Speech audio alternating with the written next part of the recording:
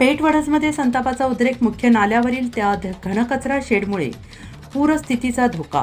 तीर्थक्षेत्राच्या पवित्रतेलाही प्रशासनाकडून हरताळ. नमस्कार, मी रिया पवार रिपब्लिक महाराष्ट्र न्यूजमध्ये आपलं सगळ्यांचं सहर्ष स्वागत करते आणि ही बातमी आहे कंधार तालुक्यातील. आमचे प्रतिनिधी कुंता पवळे यांच्याकडून. पाहूया सविस्तरपणे.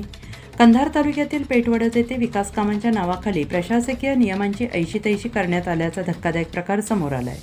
गावातील मुख्य नाल्याचा नैसर्गिक प्रवाह रोखून चक्क नाल्याच्या पात्रातच घनकचरा विलगीकरण शेडचे बांधकाम करण्यात आलेलं आहे. विशेष म्हणजे हे कचरा शेड ब वर्ग दर्जाचे तीर्थक्षेत्र असलेल्या ऐतिहासिक श्रीराम वाल्मिकी मंदिर परिसरात उभारण्यात आल्याने आता ग्रामस्थ आणि भाविकांमध्ये तीव्र संतापाची लाट उसळली आहे. पर्यावरणाचा ऱ्हास आणि धार्मिक भावना दुखावल्या गेल्याने संतप्त झालेल्या नागरिकांनी आता प्रशासनाविरोधात एल्गार पोकारला असून मागणी मान्य न झाल्यास आमरण उपोषणाचा इशारा दिला आहे. मुख्य नाल्याचा प्रवाह रोखला, पावसाळ्यात गाव बुडणार.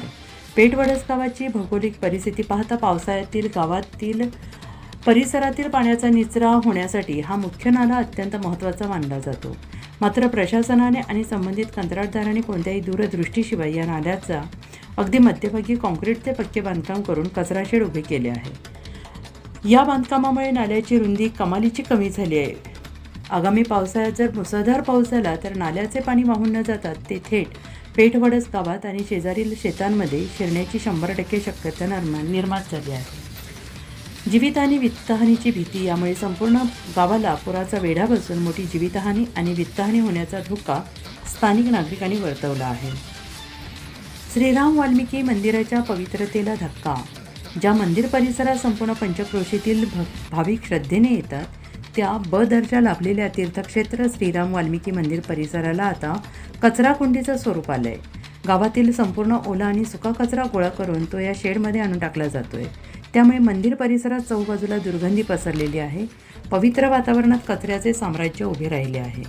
एकीकडे शासन तीर्थक्षेत्रांच्या विकासासाठी निधी देतो, दुसरीकडे त्याच मंदिराच्या दारात कचरा प्रकल्प उभारून आमचा अपमान करते. हा कुठला न्याय, असा संतप्त सवाल स्थानिक महिला आणि भाविकांनी उपस्थित केला आहे. जनतेचे प्रशासनाला 3 रोकडे सवाल.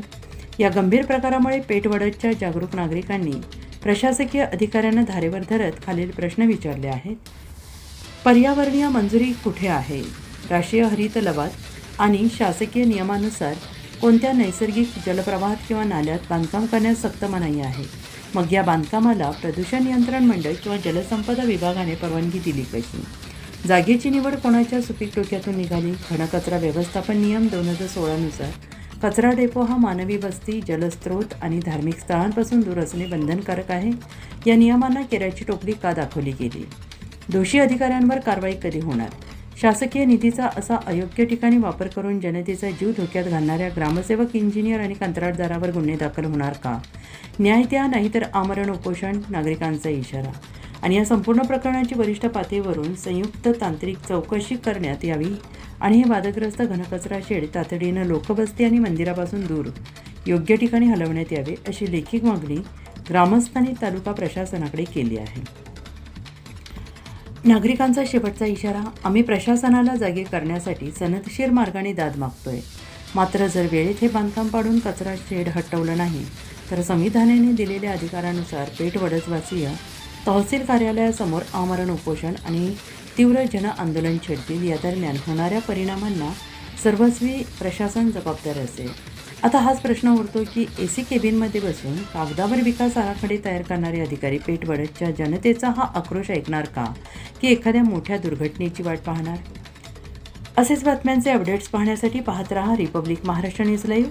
लाईक करा, शेअर करा आणि आमच्या चॅनेलला सबस्क्राईब करून बेल आयकॉन दाबायला विसरू नका. धन्यवाद.